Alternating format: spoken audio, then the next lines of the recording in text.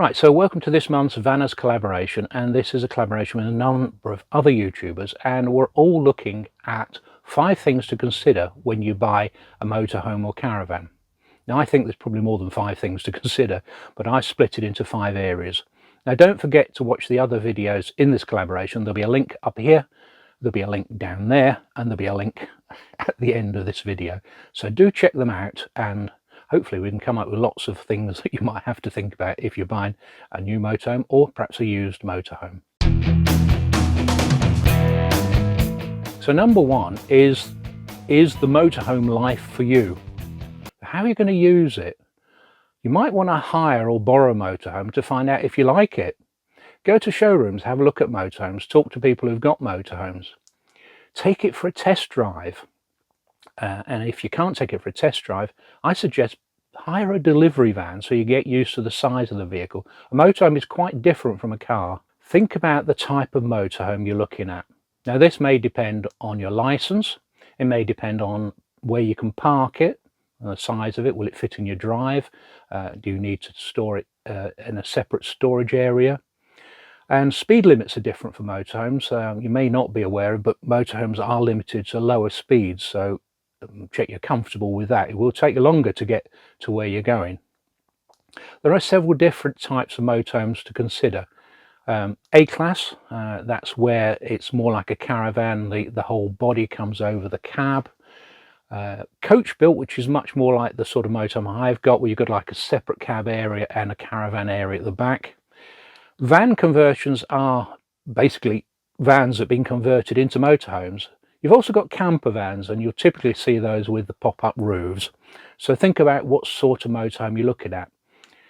Now, that may depend on the layout you're looking at. And layout is one of the most important things to think about. How many berths are you going to need? How many beds? How many seat belts are you going to use? How many people are going to be traveling in the motorhome with you? How many travel seats do you need? Do those travel seats need to be permanent or not? Some can just pop up from beneath the sofa, so if you're only using them occasionally, it's ideal for that.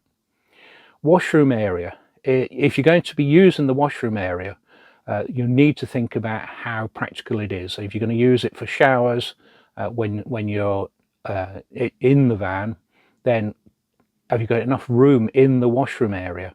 Or if you're going to just be using the campsite showers, then maybe that's not important to you.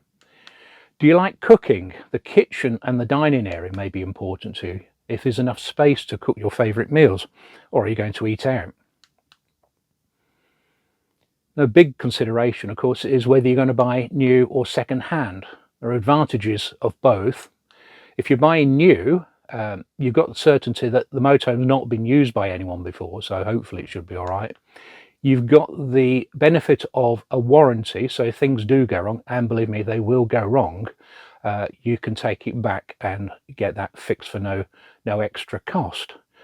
Before you pick up the motorhome, you might want to add things that are personal to you, customize options, things like air conditioning or additional lights or anything that you fancy.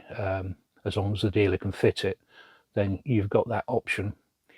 Disadvantages of buying new, of course, is the obvious one, really. It's expensive. Insurance costs are going to be higher than buying used. Now, if you're buying used, it costs less, but you have got the ability then to rebuild or redecorate it, and the insurance costs are going to be less.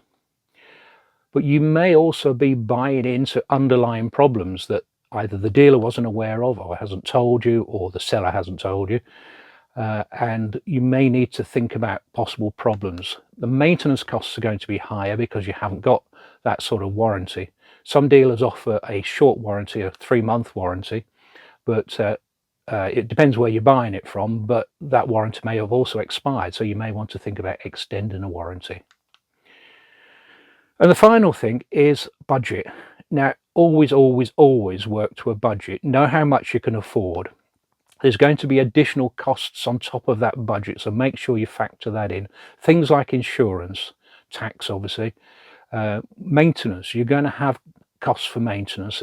There's going to be less costs if you buy new, of course, but there will be maintenance.